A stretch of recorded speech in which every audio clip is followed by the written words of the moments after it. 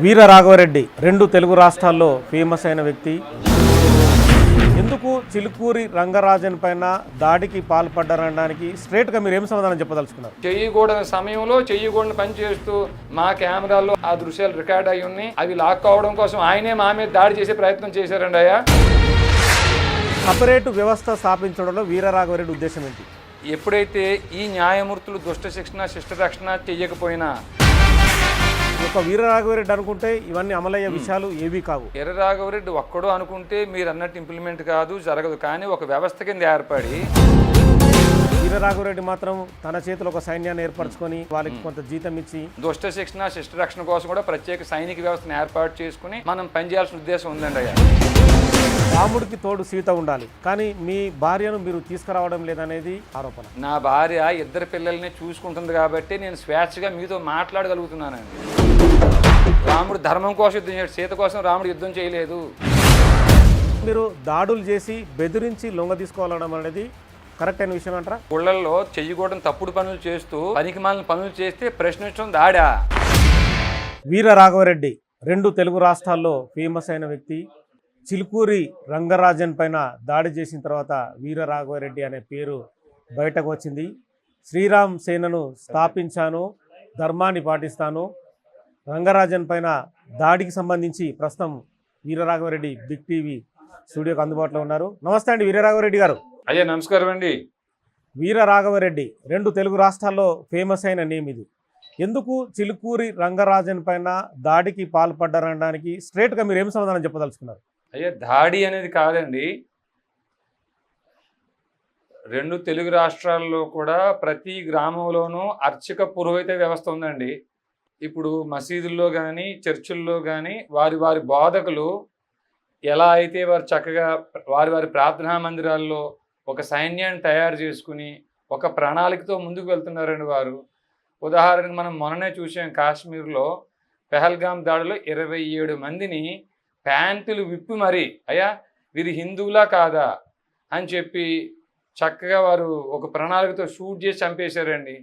అనేక దాడులను ఎదుర్కొంటున్నాం మనం, అవన్నీ చూస్తున్నాం మనం. ఇవన్నీ వారికి ఎవరు బోధిస్తున్నారు, ఎక్కడ బోధిస్తున్నారు అంటే వారి వారి ప్రార్థనా మందిరాల్లో చక్కగా ఒక ప్రణాళిక వేసుకుని 2040 2047 కల్లా ఈ భారతదేశాన్ని ఎలా స్వాధీనం చేసుకోవాలన్న ప్రణాళికతో వారు పనిచేస్తున్నారండి. దానికి ప్రతిగా ఎదుర్కోవడం కోసం మన అర్చక పురోహితులు అయ్యా ఏవైతే ఆలయాలు ఉన్నాయో, ప్రతి ఊరిలో మనకి శివాది షణ్మతాల ఆలయాలు ఉన్నాయో అక్కడ అర్చక పురోహితులు మాత్రం ఎవరి దగ్గర శౌర్యం ఉంది, ఎవరి దగ్గర క్షాత్రం ఉంది, ఎలా మనం ఎదుర్కోవాలి అనేటువంటి ప్రణాళికని వారు బాధ్యతగా తీసుకుని వారు ప్రచారం చేయాలి. ప్రతి ఊరికి ఒక సైనికుడు ఉండాలి. ఈ సైనికుడి యొక్క పోషణ బాధ్యత ఆ ఊరే చూసుకోవాలి. దీనికి బాధ్యత ఆయా అర్చక పురోహితులు ప్రతి ఊరిలో కానీ తీసుకుంటే మన రెండు తెలుగు రాష్ట్రాల్లో 27,800 గ్రామాలు ఉన్నాయండి. గ్రామానికి ఒక్క క్షత్రియుడు క్షాత్రం కలిగిన వారిని అర్చక పురోహితులు ఎంచుకోగలిగిన 27,000 మంది సైన్యం అయితే మన దేవాలయాలను కాపాడుకోవచ్చు, గోచర భూములు కాపాడుకోవచ్చు, అన్యాక్రాంతమైనటువంటి భూములను కూడా మనం స్వాధీనం చేసుకోవచ్చు అన్న ఉద్దేశంతో అర్చక పురోహితులను కలిసి అయ్యా ఇట్లాంటి దాడి జరుగుతుంది, మన సంస్కృతి పైన మనం నడుము మిగించాలి అని అనేక దేవాలయాలకు వెళ్ళి అర్చక పురోహితులను కలుస్తూ వారికి ఈ విషయాలు చెప్తూ వారి మన్నలను కూడా వారి ఆశీర్వాదాలు కూడా తీసుకుంటూ తిరుగుతున్నామండి. అందులో భాగంగానే కోటప్పకొండకి వెళ్ళాం, మార్టేరు వెళ్ళాం, పెనుగొండ వెళ్ళాం, విజయవాడ వెళ్ళామండి. అయ్యా అలా తిరుగుతూ చిలుకూరు కూడా వచ్చాం. అనుకోకుండా రంగరాజన్ గారు ఏమో ఆయన ఉదయం 7:30 కల్లా గుళ్ళో ఉంటారని ఉద్దేశంతో మేము చిలుకూరు టెంపుల్కి వెళ్ళామండి. అక్కడ వారు లేరు. అక్కడి నుంచి ఇంటికి వెళ్ళాము. పైకి వెళ్ళి చూసే సమయానికల్లా భగవద్గీత 18వ అధ్యాయంలో క్షమో ధమస్తప శౌచం క్షాంతిర్జావమేవచ జ్ఞాన విజ్ఞానం ఆస్తిక్యం బ్రహ్మకర్మ స్వభావజం అనేటువంటి లక్షణాలు బ్రాహ్మణులకు ఉంటాయని, ఆ లక్షణాలు ఉన్నవారే బ్రాహ్మణులని భగవద్గీత 18వ అధ్యాయం 42వ శ్లోకం చెప్తుందండి. కానీ రంగరాజన్ గారు అంతకు విరుద్ధంగా అయ్యా భగవద్గీత ప్రకారంగా బ్రాహ్మణులు ఏం పని చేయాలో అది మానేసి చెయ్యకూడని సమయంలో, చెయ్యకూడని ప్రదేశంలో, చెయ్యకూడని పని చేస్తూ మా కంట కనిపించేసరికి కొంచెం మాకే బాధ అనిపించిందండి. మా కెమెరాల్లో 5-6 సుమారు 7 సెకండ్ల వరకు ఆ దృశ్యాలు రికార్డ్ అయి ఉన్నాయి. అవి లాక్కోవడం కోసం ఆయనే మా మీద దాడి చేసే ప్రయత్నం చేశారండి అయ్యా. ఆయన చెప్పేది ఏంటంటే, నేను కుంభమేళకు వెళ్ళి వచ్చాను, టీ షర్ట్ వేసుకొని ఉన్నాను, టేక్ హిమ్ కస్టడీ అంటూ మీరు బెదిరింపులకు దిగారు, కింద పడేశారు వాళ్ళు, తను కింద కూర్చొని మీరు కుర్చీపైన కూర్చున్నారు, రామరాజ్యం కోసం మీరు ఏం పని చేస్తున్నారని చెప్పి దాడి చేశారనేది ఆయన ఆరోపణ. అయ్యా కుంభమేళాకి వెళ్ళి రావటం నిజమని ఆయన చెప్పారు. టీ షర్ట్ వేసుకున్నారు. కాకుండా అక్కడ జరిగింది ఏమిటంటే అండి, ఆ టీ షర్ట్ కింద ఏమీ లేదండి, పంచి లేదు అక్కడ ఆయనకి. ఆ సమయంలో 2 మహిళలతో ఉన్నాడండి ఆయన. ఆ రూమ్ అంతా కొంచెం అసహ్యమైనటువంటి వస్తువులు, మద్యం వాసన, మద్యం బాటిళ్ళు, గ్లాసులతో సహా ఉందండి. కింద అడుగు పెట్టే స్థితి లేదండి. మీరు మామూలుగా మీరు ఆరోపణలు చేస్తున్నారు, కానీ ఆరోపణలకు ఆయన ఏమంటారంటే, నాకు భుజం పైన నామాలు ఉన్నాయి, నామాల పైన తన్నారు, నెక్స్ట్ చిన్నజీఆర్ స్వామి నా టార్గెట్ అని చెప్పారని చెప్పి తను రంగరాజన్ ఆరోపిస్తున్నాడు. లీగల్గా మీ పైన తను కూడా కేసు వేస్తా అంటున్నాడు. మా మీద ఆల్రెడీ కేసు పెట్టారు, ఇప్పటికే కేసు పెట్టారు. ఆ కేసుని ఎదుర్కోవడానికి మేము సిద్ధంగా ఉన్నామండి. వీలైన త్వరలో ఆ క్రాస్ ఎగ్జామినేషన్ అవి వస్తే అనేక ప్రశ్నలు ఆయన నుంచి కూడా మేము రాబట్టడానికి మేము ఎదురు చూస్తున్నాము. ఇంకా కేసులు పెట్టినా ఎదుర్కొంటామండి. ధర్మస్థాపన జరగటం మా లక్ష్యం అండి, అంతే. అయ్యా అంటే ధర్మస్థాపనకు సంబంధించి భారతదేశం అనేది విశాలమైనది. మీరేమంటున్నారు, శ్రీరామ్ సేన అనేది స్థాపించి 27,000 గ్రామాలు 2 రాష్ట్రాల్లో ఉన్నాయి, నేనే రామరాజ్యాన్ని స్థాపిస్తా అంటున్నారు. ఆల్రెడీ 2 ప్రభుత్వాలు ఉన్నాయి, ప్రభుత్వాలకు సంబంధించి వ్యవస్థ ఉంది, దేవాదాయ శాఖ ఉంది, వాళ్ళు ఆల్రెడీ చూసుకుంటున్నారు. సపరేటు వ్యవస్థ స్థాపించడంలో వీరరాఘవరెడ్డి ఉద్దేశం ఏంటి? ఈ 2 రాష్ట్రాల్లో ప్రభుత్వాలు తమరు చెప్పినట్టున్నాయి, భారతదేశంలో ప్రభుత్వం కూడా ఉందండి. కానీ దుష్ట శిక్షణ శిష్ట రక్షణ చేయాల్సిన బాధ్యత మాత్రం మనం న్యాయస్థానాలకు ఇచ్చామండి. ఎప్పుడైతే ఈ న్యాయమూర్తులు దుష్ట శిక్షణ శిష్ట రక్షణ చెయ్యాలో అలా చేస్తే మనకు వచ్చిన ఇబ్బంది ఏమీ లేదండి. కానీ న్యాయస్థానాల్లో 340 CRPC పాత చట్టం కానివ్వండి, కొత్త చట్టం 379 BNSSలు కానీ ప్రయోగించి దుష్ట శిక్షణ శిష్ట రక్షణ చెయ్యకపోయినా 482 CRPC ఇన్హీరెంట్ పవర్స్ లాంటివి కూడా వాడినప్పుడు కూడా మనకు న్యాయం జరగకపోయినా, అయ్యా ఏ సందర్భంలో ఏ పబ్లిక్ సర్వెంట్స్ అయినా దుష్ట శిక్షణ శిష్ట రక్షణ చేయటంలో డీవియేట్ అయినా వారి మీద 197 CRPC అంటే కొత్త చట్టం 218 BNSSలను ప్రయోగించి వారిని తొలగించి జైలుకు పంపించే బాధ్యత తమరన్న కేంద్ర రాష్ట్ర ప్రభుత్వాల మీద ఉందండి. కానీ అదృష్టమో దురదృష్టమో ఇప్పటి వరకు భారతదేశంలో ఏ కేంద్ర రాష్ట్ర ప్రభుత్వం కూడా తప్పుడు తీర్పులు ఇచ్చిన న్యాయమూర్తులను తొలగించడం కోసం 197 CRPC ప్రయోగించిన దాఖలాలు లేవండి. హైకోర్టు న్యాయమూర్తి కానీ సుప్రీంకోర్టు న్యాయమూర్తి కానీ ఇన్కెపాసిటీ లేదా మిస్బిహేవియర్తో తీర్పులు ఇస్తే ఆ న్యాయమూర్తులను తొలగించమని ఆర్టికల్ 124 సబ్ క్లాస్ 4 చెప్తుంది. ఇప్పుడు దాకా ఏ న్యాయమూర్తి మీద ఏ కేంద్ర రాష్ట్ర ప్రభుత్వము ఈ ఆర్టికల్ ప్రయోగించి తొలగించలేదు. నిన్నగాక మొన్న చూసాం మనం, ఒక ఢిల్లీ హైకోర్టు న్యాయమూర్తి ఇంట్లో కోట్లు కట్టలు కాలిపోతుంటే చూసామండి. FIR అయిందా, కేసు నమోదైందా, ఆ డబ్బు ఎక్కడిది, ఎంత ఉంది, అలా ఎంతమంది న్యాయమూర్తులు ఉన్నారు, ఏమన్నా మనకు ఒక వివరణ అయితే ఎవరైనా ఇచ్చారండి? ఇన్ హౌస్ ఎంక్వైరీ, వారిని వారే నియమించుకుంటారు. వారు ఏమైనా తప్పులు చేస్తే బయట ఎవరికీ చెప్పకుండా వారికి వారే తీర్పులు ఇచ్చేసుకుంటారండి. 2015లో NJC యాక్ట్ అని తీసుకొచ్చారు నరేంద్ర మోడీ గారు. అది చాలా మంచి చట్టం. ఇలాంటి చట్టాన్ని కూడా కాన్స్టిట్యూషనల్ బెంచ్ ఒకటి ఏర్పాటు చేసి దాంట్లో 4 ఆ బిల్లు కొట్టి అవతల పాడేశారండి. జాస్తి చలమేశ్వర్ గారు ఒక్కరే ఆ బిల్లు సత్యం, దాన్ని కొట్టే అధికారం మనకు లేదు అని చెప్పి సపోర్ట్ చేశారు. మిగతా 4 కొట్టేశారు. న్యాయంగా ఆ 4 న్యాయమూర్తుల మీద ఆర్టికల్ 124 సబ్ క్లాస్ 4 ప్రయోగించి పార్లమెంట్లో పిలిచి ఇంపీచ్ చేసి వారిని జైలుకి పంపించాలండి. ఈ ఒక వీరరాఘవరెడ్డి అనుకుంటే ఇవన్నీ అమలయ్యే విషయాలు ఏవి కావు. భారతదేశం అంటే ఒక రాజ్యాంగం, ఒక సమగ్ర చట్టం, ఒక వ్యవస్థ మీద ఆధారపడి ఉన్న దేశం ఇది. వీరరాఘవరెడ్డి ఇవన్నీ చెప్తున్న దానికి ఇంప్లిమెంట్ అయ్యేదానికి చాలా తేడా ఉంటుంది. సో వాటిపైన మీరు ఏమైనా ఆలోచన చేశారా? వీరరాఘవరెడ్డి ఒక్కడో అనుకుంటే మీరు అన్నట్టు ఇంప్లిమెంట్ కాదు, జరగదు. కానీ ఒక వ్యవస్థ కింద ఏర్పడి ఒక సైన్యం అంటే ఒక దండు కింద మనం ఏర్పడి రామదండు, రామ సైన్యము, రామసేనో ఒకసారి మనం వ్యవస్థాగతంగా ఏర్పాటైతే, అయ్యా ఈ భూమి అంతా ఇక్ష్వాకు వంశీయులని రాముడు ఎప్పుడో చెప్పాడు. వశిష్ఠ కౌండిన్య కాశ్యప గోత్రాల్లో చతుర్వర్ణాల వారు ఉన్నారు, ఆ ఇక్ష్వాకు వంశీయులు ఉన్నారు. యదాహి ధర్మస్య గ్లానిర్భవతి భారత్ అని శ్రీకృష్ణుడి చేతే స్వయంగా పిలిపించుకున్న భరత వంశీయులు ధనంజయ గోత్ర క్షాత్రం కలిగిన వారు ఆ ధనంజయ గోత్ర క్షత్రియ ప్రవర్లు జీవించున్నారు. ఈ భూమి మాది. రాజ్యాంగం ఏర్పాటు కంటే కొన్ని లక్షల సంవత్సరాల ముందే ఇక్కడ మాకు భగవద్గీత, రామాయణ, గీతాది శృతి శాస్త్ర పురాణాలన్నీ ఇక్కడ మాకున్నాయి. అయ్యా, ఒక వ్యవస్థ కింద ఏర్పడినప్పుడు ఎప్పుడైతే 197 సిఆర్పిసి కొత్త చట్టం 218 బిఎన్ఎస్ఎస్లను ఆయా పబ్లిక్ సర్వెంట్స్ మీద ప్రభుత్వాలు ప్రయోగించలేదో అప్పుడు ప్రయోగించిన ప్రభుత్వాధినేతల మీద కూడా 43 సిఆర్పిసి సెక్షన్ 40 ప్రయోగించేటువంటి అవకాశం దొరుకుతుంది. అలాగ అనేక ప్రదేశాల్లో సెక్షన్ 40 బిఎన్ఎస్ఎస్లు మేము ప్రయోగించాం.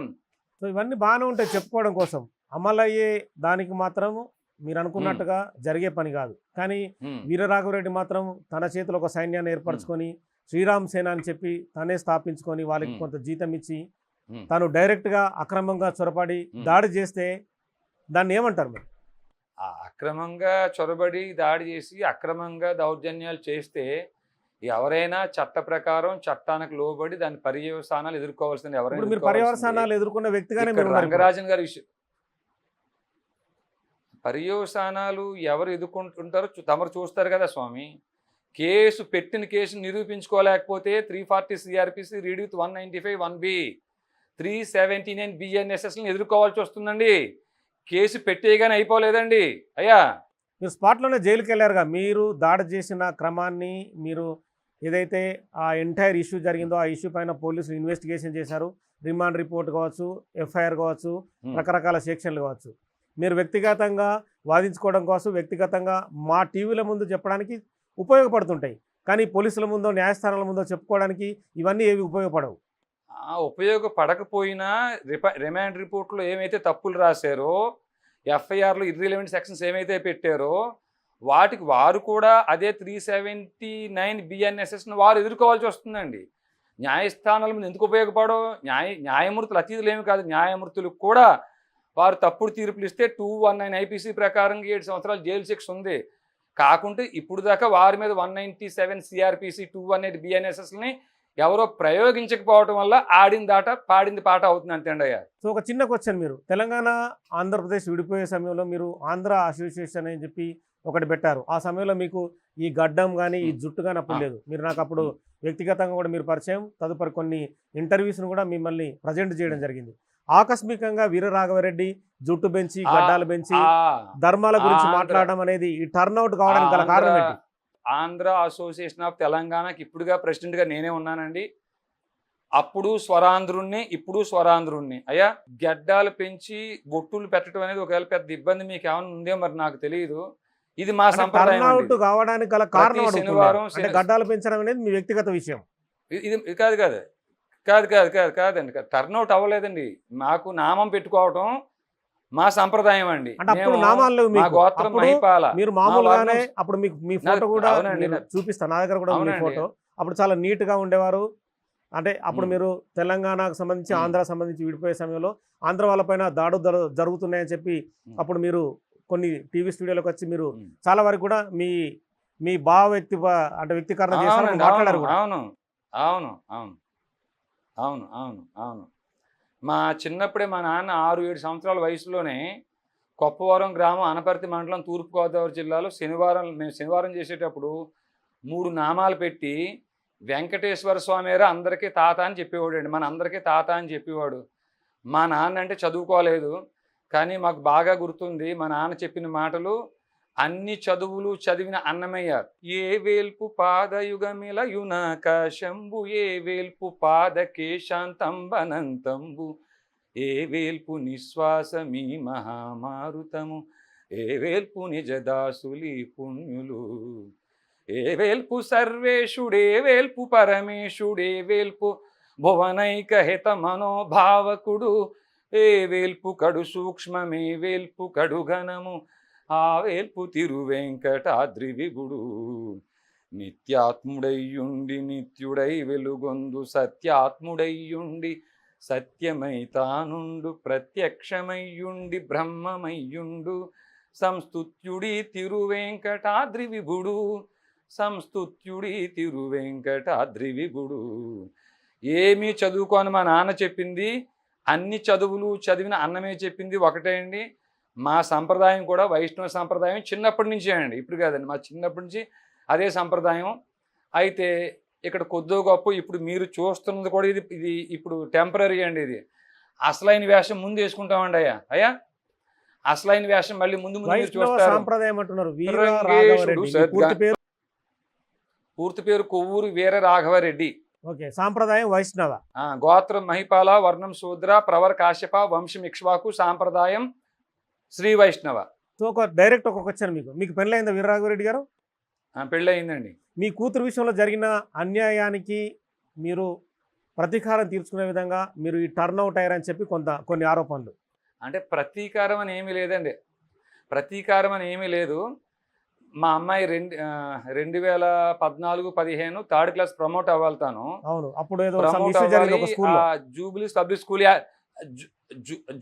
పబ్లిక్ స్కూల్ యాజమాన్యం వారు డిటైన్ చేశారు. అవును, మేము డిఈఓ దగ్గరికి వెళ్ళాము. ఆయన సోమిరెడ్డి గారు, అప్పుడు డిఈఓ సోమిరెడ్డి గారు, అయ్యా మరి మేమేం చేయలేము, మీరు సెక్షన్ 8 అని ఏదో ఒక ఫైట్ చేస్తున్నారంట, గవర్నమెంట్కి వ్యతిరేకంగా పిటిషన్ ఏదో వేశారంట మీరు, కాబట్టి మరి మేమేం చేయలేమని చెప్పంటే తెలంగాణ హైకోర్టులో ఒక రిట్ పిటిషన్ ఫైల్ చేసామండి.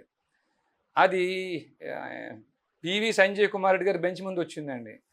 అప్పుడు ఆయన అన్నారు, mister Veera Raghavareddy, I know you filed so many cases against governor and his advisers అని. అయ్యా మరి నేను చెడ్డవాన్ని, గవర్నర్ సెక్షన్ 8 అమలు చేయట్లేదు, ఆయనకి ఆర్టికల్ 361 అనేటువంటి ఇమ్యూనిటీ ఉంది కాబట్టి అడ్వైజర్స్ మీద మేము కేసు పెట్టాము, వారు అడ్వైజర్స్ మీద. అయినప్పటికీ సెక్షన్ 16 ఆఫ్ ఏదైతే ఎడ్యుకేషన్ యాక్ట్ ఉందో, right and free compulsory education act ఉందో, దాంట్లో సెక్షన్ 16 చెప్తుంది డిటైన్ చేయొద్దు, ఎక్స్పెల్ చేయొద్దు అని చెప్తుంది. కానీ మీరు డిటైన్ చేశారు, దాన్ని ఇంటర్ప్రిట్ చేయడం మీ బాధ్యత అయ్యా అని చెప్పంటే ఆయన వచ్చే సంవత్సరం రీటెస్ట్ పెట్టుకుని పాస్ అయినా ఫెయిల్ అయినా పర్వాలేదు ప్రమోట్ చేయమన్నారు. వచ్చే సంవత్సరం రీటెస్ట్ పెట్టి ప్రమోట్ చేస్తే మరి ఈ సంవత్సరం ఏం చేయాలండి? ఒక 1 ఇయర్ 2వ తరగతి పాప చదువు వేస్ట్ అయిపోతుంది కదా అని అప్పీల్ వేసాం.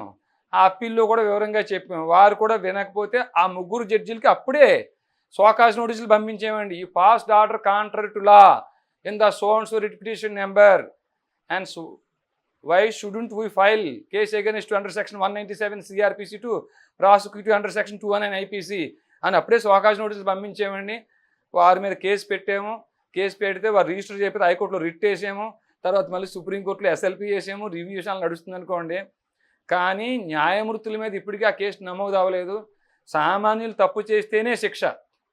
మీరు ఏదో అనుకోకుండా సెల్ ఫోన్తో మాట్లాడారు, డ్రైవింగ్ చేస్తూ హెల్మెట్ పెట్టుకోలేదు, సీట్ బెల్ట్ పెట్టుకోలేదు, లేకపోతే చిన్న చిన్న వాటికి శిక్షలు ఉన్నాయి. పెద్ద పెద్ద నేరాలు చేస్తున్నారు న్యాయమూర్తులు, శిక్షలు లేవు. ఇట్లా వదిలేస్తే మరి మనం ఎంతో అల్లారుముద్దుగా పెంచుకుంటున్నాం మన పిల్లల్ని. కాకి పిల్ల కాకి ముద్దు. మన ఆస్తుల్ని పోగేస్తున్నాం, డబ్బులు సంపాదిస్తున్నాం. ఎన్ని చేసినా ఒక సమయం వచ్చాక మృత్యు వస్తుంది. మన పిల్లల్ని గారాభంగా పెంచుకునే పిల్లల్ని వదిలేసి వెళ్ళిపోతాం కదండి ఏ భూమి మీద. మరి ఏదైనా కొంచెం మంచి మనం చెయ్యాలి, దుష్ట శిక్షణ శిష్ట రక్షణార్థం అనే ఉద్దేశంతో మేము అప్పటి నుంచి ఈ ఫైట్ చేస్తూనే ఉన్నామండి. ఇప్పటికీ సాగిందా? అంటే ఉదాహరణకండి భగవద్గీత 18వ అధ్యాయంలో యశనాహంకృతో భావో బుద్ధిర్యశ నలిప్యతే హత్వాపి సహిమాన్ లోకాన్ హంతి ననిబధ్యతే అని ఉందండి. అయ్యా ఒక ఆర్టికల్ 361 ఎంత శక్తివంతమైందో అందుకు సమానమైనటువంటిది, అంతకంటే ఎక్కువ శక్తివంతమైనది భగవద్గీతలో ఉన్నాయండి. ఈ భూమి వారసులుగా ఈ యొక్క ఇక్ష్వాకు భరత వంశాలకి మనం సజీవ సాక్షిని ఉన్న మనము ధర్మస్థాపన వైపు మన దేవాలయాల్ని, మన భూముల్ని, మన సంస్కృతిని కాపాడుకోవడంలో భాగంగానే దుష్ట శిక్షణ శిష్ట రక్షణ కోసం కూడా ప్రత్యేక సైనిక వ్యవస్థను ఏర్పాటు చేసుకుని మన సంస్కృతిని కాపాడుకుని మనం పనిచేయాల్సిన ఉద్దేశం ఉందండి. అయ్యా రామరాజ్యం తీసుకురావాలనే మీరు రాముడికి తోడు సీత ఉండాలి, కానీ మీ భార్యను మీరు తీసుకురావడం లేదనేది కొంతమంది మీ సన్నిహితుల నుంచి వస్తున్న ఆరోపణ. మీరేం చెప్పదలుచుకున్నారు? నా భార్యను ఎక్కడ తీసుకురావాలి? నా భార్యతో పాటు ఉండడం లేదని. నేను నా భార్య అంటే సీత కోసమే రాముడు పోరాటం చేసిండు, రామాయణం అంతా కూడా సీత కోసమే జరిగింది. అదే సీత నదులు పెట్టి రాఘవరెడ్డి బయట పోరాటం చేస్తున్నాడు. అది అందులో ఎంతవరకు నిజం? అది నా భార్య ఇంట్లో నా భార్య 2 పిల్లల్ని చూసుకుంటుంది కాబట్టి నేను స్వేచ్ఛగా మీతో మాట్లాడగలుగుతున్నానండి. నా భార్య నా కుటుంబాన్ని కాపాడుకుంటుంది కాబట్టి ఆవిడ చలువతో, ఆవిడ ప్రేమతో, ఆవిడ సపోర్ట్తో నేను మీతో మాట్లాడగలుగుతున్నాను. నేను ఇప్పుడు మరి నా భార్య కూడా నాకు కూడా తిరిగితే నా పిల్లల్ని ఎవరు చూసుకుంటారండి? అంటే మీ భార్య మీ చుట్టాల దగ్గర ఉంది, మీరు మాత్రం బయట శ్రీరామసేన పేరుతో ఒక సైన్యాన్ని ఏర్పాటు చేసుకొని మీరు యుద్ధం ప్రకటించారనేది వాళ్ళు చెప్తున్నారు. మా మా భార్య చుట్టాల దగ్గర లేదండి, మా భార్య మా ఇంట్లోనే ఉందండి. మా భార్యని కడుపులో పెట్టుకుని ఓపికగా చూసుకుంటే మా అత్తమ్మ ఉంది, మా అమ్మ నాన్న ఉన్నారు. అయ్యా ఇంకొకటి చెప్పండి. ఉండండి, నేను స్ట్రైట్గానే చెప్తున్నాను. మీరు రెండోది, సీత కోసం రాముడు యుద్ధం చేయలేదు, ఇది రాసి పెట్టుకోండి.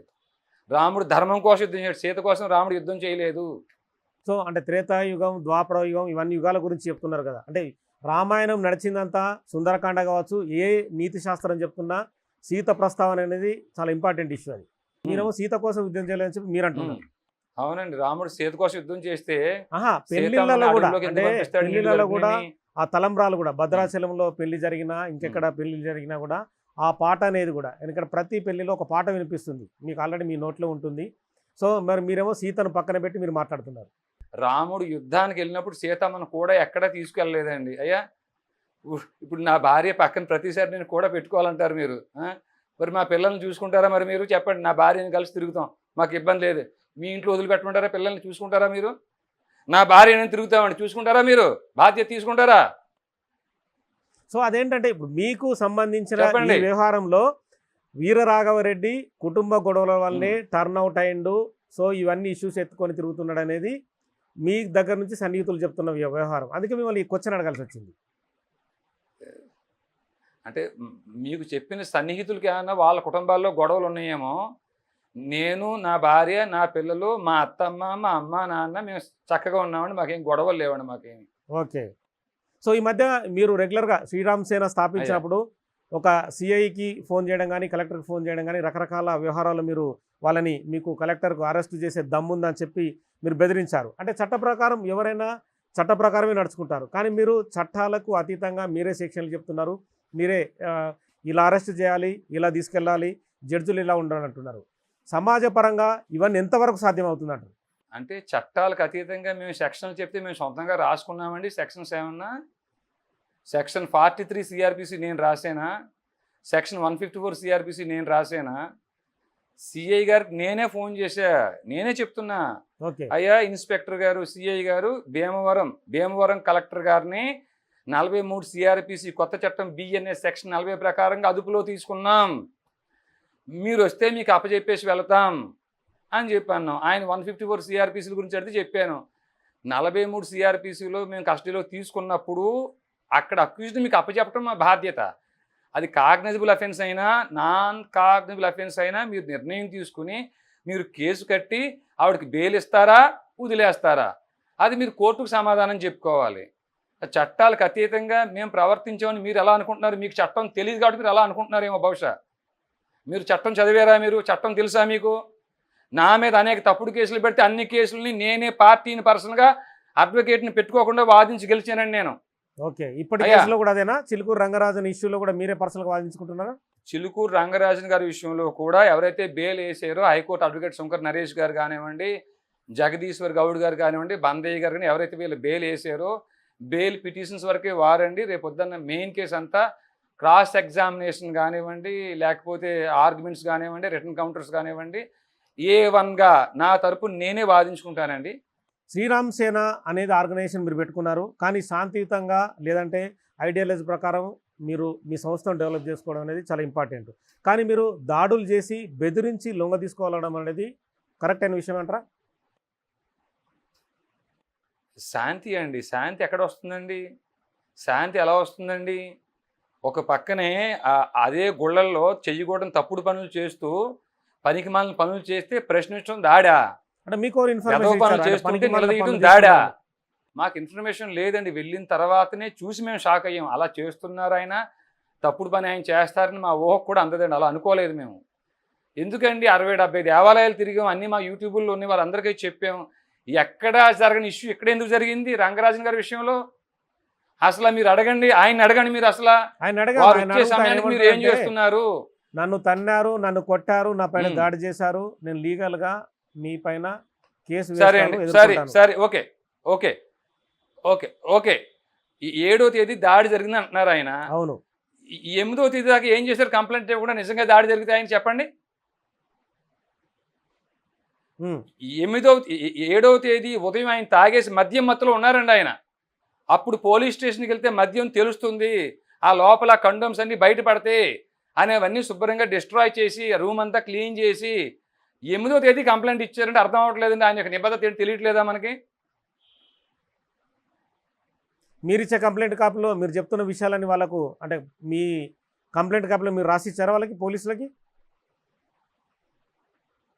పోలీసులకు చాలా చక్కగా చెప్పాం. అయ్యా, భగవద్గీత 18వ అధ్యాయం 42వ శ్లోకం, శమో దమస్తప శౌచం శాంతిర్జావమేవచ జ్ఞాన విజ్ఞానం ఆస్తిక్యం బ్రహ్మకర్మ స్వభావజం అని ఈ రకంగా ఏ లక్షణాలు అయితే ఉన్నాయో బ్రాహ్మణులకు ఉండాలో, ఏమైతే వీరు చెయ్యాలో అవి మానేసి చెయ్యకుండా పని చేస్తున్నారు మేము వెళ్ళే సమయానికి. అది కాక సిగ్గు లేకుండా మా చేతుల్లో ఉన్న ఫోనే లాక్కోబోయారు, ఇలా జరిగింది, అక్కడ ఇట్లా జరిగిందని చెప్పి అన్నామండి వారితోటి. అయితే అక్కడ ఉండే స్థానికులందరికీ తెలుసటండి, ఈ విషయం తెలుసట, స్థానికులందరికీ తెలుసటండి. ఇది రంగరాజన్ గారు వ్యభిచారం చేస్తారని, ఆయన చికెన్ మటన్ తింటారని, గుడిలోనే గోశాల దగ్గర చికెన్ మటన్ వండుకు తింటారని తెలుసటండి, అందరికీ తెలుసట. అది అంటే ప్రత్యక్షంగా కూడా చూడలేక మరి మీరు ఆరోపిస్తున్నారు. ప్రత్యక్షంగా అయితే మేము చూసామండి. అంటే ఆయన చికెన్ మటన్ తింటాం మేము చూడలేదు. అక్కడ రూమ్లో మద్యం, ఆ మత్తు మద్యం, రెండోది ఆయన మహిళలతో ఉండటం మేము ప్రత్యక్షంగా చూసామండి. శ్రీరామ్ సేన పెట్టడంలో వీరరాఘవరెడ్డి ఉద్దేశం ఏంటి? శ్రీరామ్ సేనకు మీరు వాళ్ళను జాయిన్ చేసుకోవడం కావచ్చు, వాళ్ళకు డబ్బులు పేమెంట్ చేయడం కావచ్చు, ఇవన్నీ ఎక్కడి నుంచి మీకు సమకూరుతున్నాయి? ఈ రామరాజ్యం.net అనే వెబ్సైట్ ఉందండి. ఎవరైతే మన దేవాలయాల భూములన్నీ స్వాధీనం చేసుకోవాలి, కోర్టులలో ఏమైతే పెండింగ్ ఉన్నాయో, లక్షల ఎకరాల భూములకు సంబంధించి కేసులు అయితే పెండింగ్ ఉన్నాయో, ఆ న్యాయమూర్తులకైనా సరే కనీసం అయ్యా మరి ఇన్ని సంవత్సరాలు అయిపోతున్నా సరే ఈ కేసుని మీరు ఎందుకు డిస్పోజ్ చేయలేదు, అలా డిస్పోజ్ చేయనటువంటి న్యాయమూర్తి మీద ఆ రాష్ట్ర ప్రభుత్వం కానీ కేంద్ర ప్రభుత్వం కానీ ఎందుకు 197 CRPC ప్రయోగించలేదు అనేటువంటి ప్రశ్నించే వ్యవస్థగా రామరాజ్యం ఉంటుంది.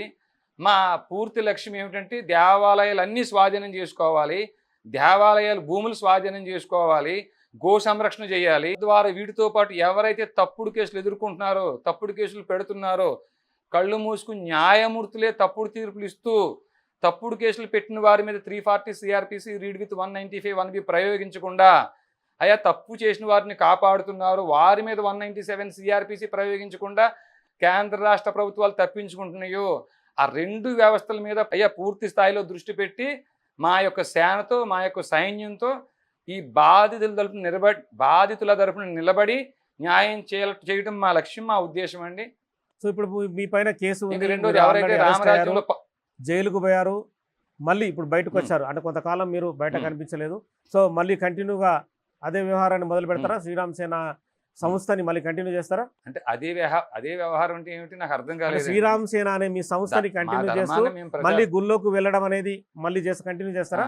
ఏమండి, మసీదుల్లో చర్చిల్లో వారి బోధకులు ఈ భూమిని ఎలా స్వాధీనం చేసుకోవాలి, మన సంస్కృతి ఎలా నాశనం చేయాలి బోధన చేస్తున్నారు. మరి మా ఆలయాల్లో అర్చక పురోహితులు మా దురదృష్టం వారికేమో ఇంకా అది తెలియలేదండి, కేవలం పూజలు పునస్కారాలకే పరిమితం అయ్యారు. తద్వారా పరిస్థితి ఏమవుతుందండి, గోరక్షణ చేసే వారి దగ్గర పిల్లల మీద తప్పుడు కేసులు ఎదుర్కొంటున్నారు. వారికి ఏమీ పోషణ లేదు, కనీసం బండిలో ఒక 100 రూపాయలు పెట్రోల్ పోసుకు వెళ్ళే స్థితిలో లేరండి. ప్రత్యేక సైనిక వ్యవస్థ అంటూ ఏమీ లేదు. వారు పక్కన నాశనం చేస్తున్నారు సంస్కృతిని. మనం చూసాం కదా, మనం కాశ్మీర్లో భార్యలు ఉండగానే భర్తల ప్యాంట్లు విప్పి జిప్పులు ఇప్పదీసి చూసి మరీ షూట్ చేసి చంపేశారండి. ఇప్పుడు మా సంస్కృతిని మేము కాపాడుకోకపోతే ఎవరు కాపాడతారు? అర్చక పురోహితులందరికీ నచ్చ చెప్తాం. ఏదైతే అన్యమత ప్రార్థనా మందిరాల్లో దుర్బోధ చేస్తున్నారో అలాంటి దుర్బోధ మనం చేయక్కర్లేదు. కనీసం మీ ఆలయానికి వచ్చి యువకులు ఎవరైతే ఉన్నారో వారందరికీ బోధించండి.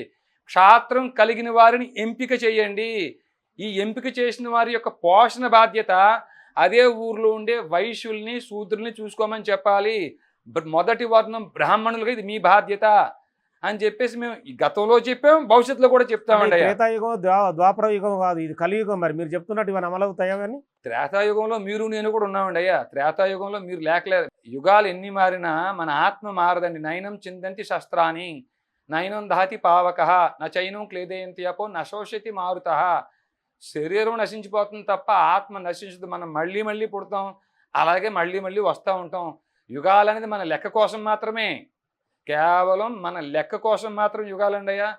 ఆ త్రేతాయుగం కాబట్టి ఇప్పుడు భగవద్గీత చదవడం మానేద్దామా? మీరు 2012 ఆ 10 నుంచి కూడా అప్పటి వరకు అప్పుడైతే మీరు భగవద్గీత శ్లోకాలు కావచ్చు, ఇప్పుడు మీరు చెప్పే చరిత్ర కావచ్చు, అప్పుడైతే నాకు కనిపించలేదు.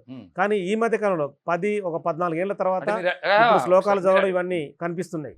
అప్పుడు చట్టాలు న్యాయాల గురించి మాట్లాడేవారు. 2010లో శ్లోకాలు అడిగారా? అవునండి.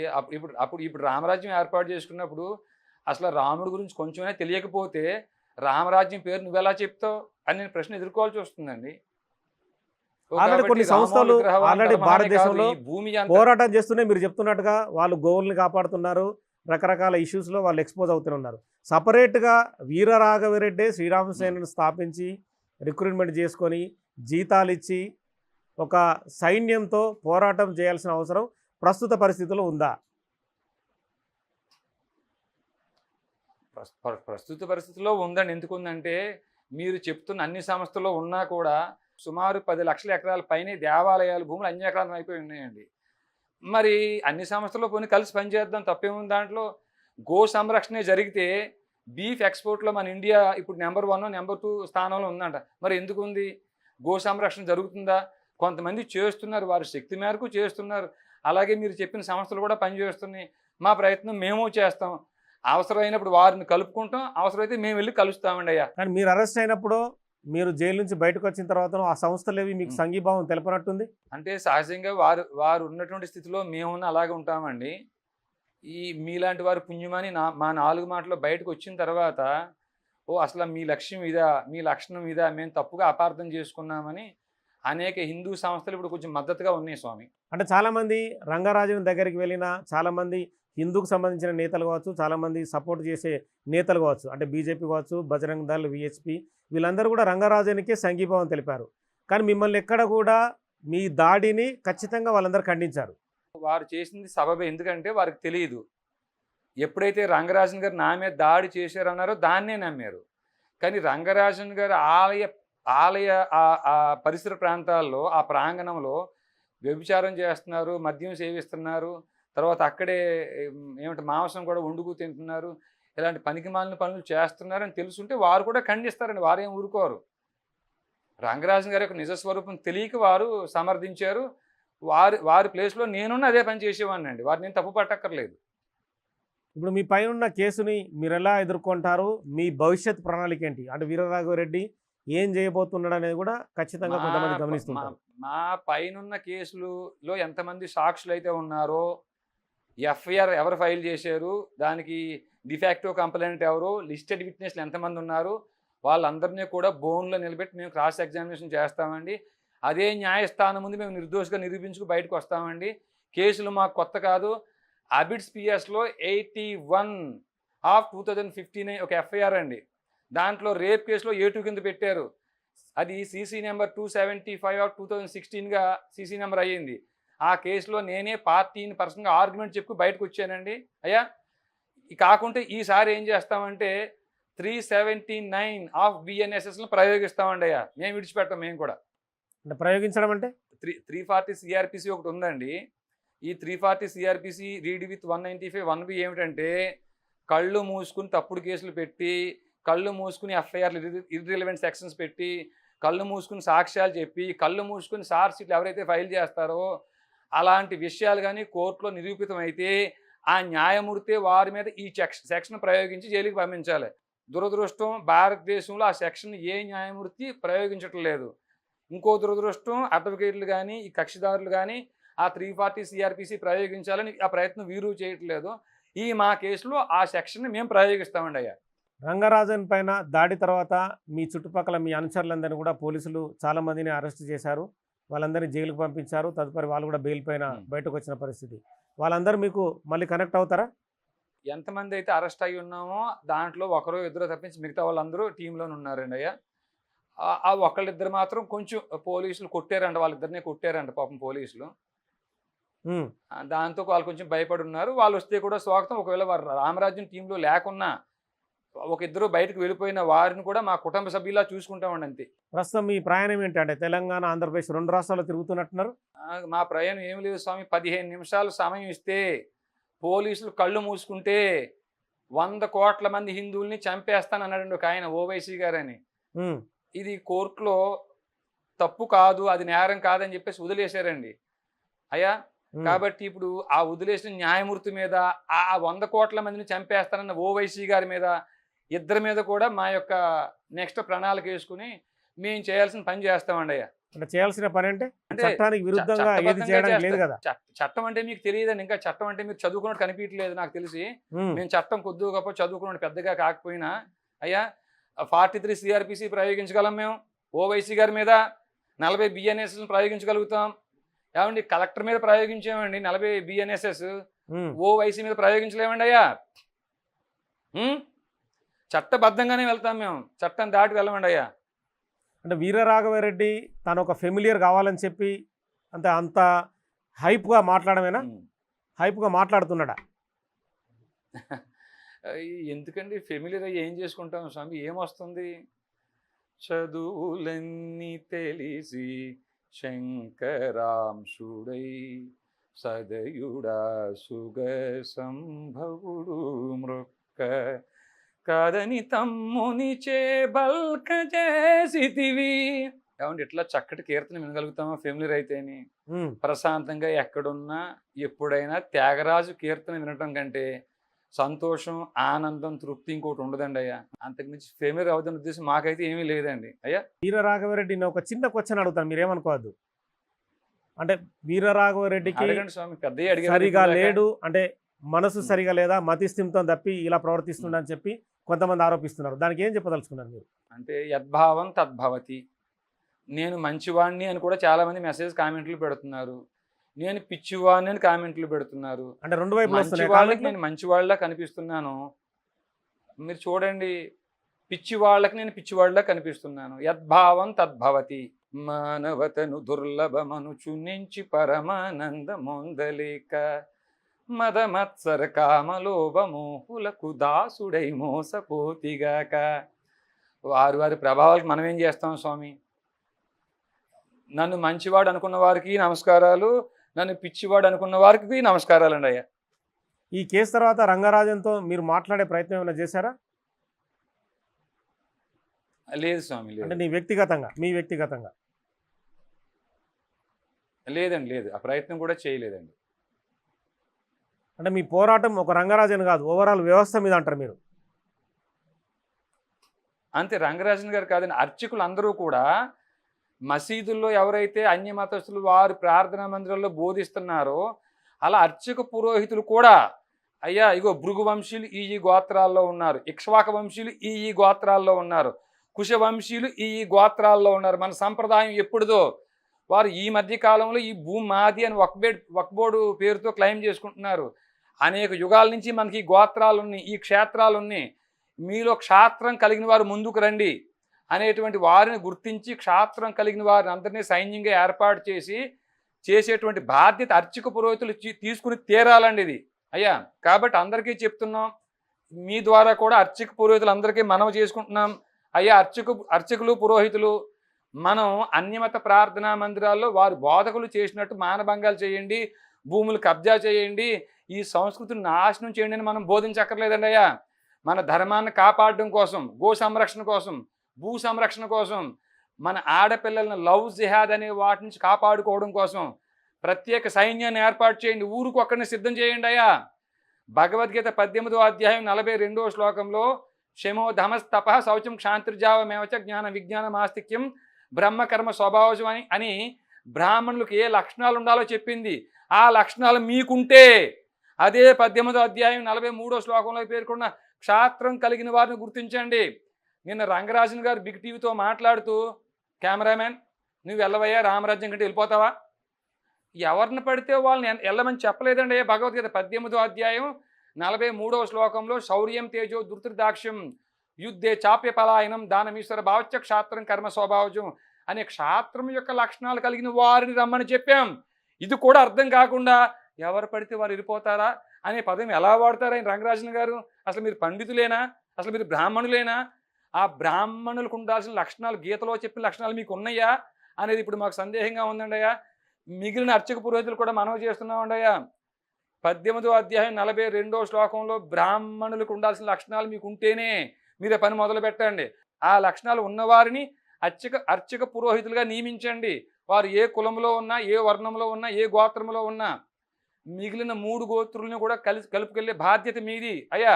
సో మొత్తానికైతే వీరరాఘవరెడ్డి తను చేసే పోరాటం చేస్తూ ఉంటాడు, కానీ మీ పైన పోలీసు నిఘా ఉంటుంది, ప్రతి విషయాన్ని మీ చుట్టూ అబ్జర్వేషన్ చేస్తుంటారు. మీరు నెక్స్ట్ స్టెప్ మళ్ళీ వేస్తా అంటున్నారు. అవన్నీ సాధ్యమవుతాయా? చాలా పోలీస్ నిఘా ఉంటే ఇంకా సంతోషమే కదండి. ఎందుకంటే కొంచెం మాకు కూడా సెక్యూరిటీగా ఉంటుంది. మా మీద ఎవరైనా దాడులు గీడులు చేస్తారని ఇప్పటికే ప్రకటించారు. రంగరాజన్ గారి శిష్యులు ఎవరో ఒక ఇద్దరు నిన్న ఆయనతో కూర్చొని ప్రకటించారట, ఇంట్లోంచి బయటకు రాకుండా చేస్తామని. అలాంటప్పుడు పోలీస్ నిఘా ఉండి అలాంటి వాటిని కూడా కాపాడినా, ఒకవేళ మేమేమైనా తప్పు చేసినా తప్పు చేయకుండా పోలీసులు మమ్మల్ని అడ్డుకుంటే మాకు మంచిదే కదండి అయ్యా. కానీ 151 సిఆర్పిసిలను దుర్వినియోగపరిస్తే మాత్రమే 40 బిఎన్ఎస్ఎస్లని 43 సిఆర్పిసిలని అదే పోలీసుల మీద మేము ప్రయోగించాల్సి వస్తుందండి, అంతే. ఓకే అండి, థ్యాంక్ యూ వీరరాఘవరెడ్డి గారు. బిగ్ టీవీకి అందుబాటులోకి వచ్చి మీరు మిగతా విషయాలు తెలియజేసినందుకు. సో మొత్తానికైతే వీరరాఘవరెడ్డి తనకు సంబంధించిన కేసులు తనే ఎదుర్కొంటానంటున్నాడు. మళ్ళీ రామరాజ్యాన్ని కొనసాగిస్తాను, ఖచ్చితంగా రామరాజ్య స్థాపనే అని చెప్పి తను చెప్తున్న పరిస్థితి. అర్చకులు పురోహితులు కూడా తనతో కలిసి రావాలి, ధర్మాన్ని కాపాడాలని చెప్పి తను డిమాండ్ చేస్తున్న పరిస్థితి. తనపైన కేసు ఉంది కనుక మరి పోలీసుల నిఘా కూడా ఖచ్చితంగా వీరరాఘవరెడ్డి పైన ఉంటుంది. మరి వీరరాఘవరెడ్డి తదుపరి చర్యలను కూడా ఖచ్చితంగా పోలీసులు గమనిస్తూనే ఉంటారు. Signing off, keep watching Big TV.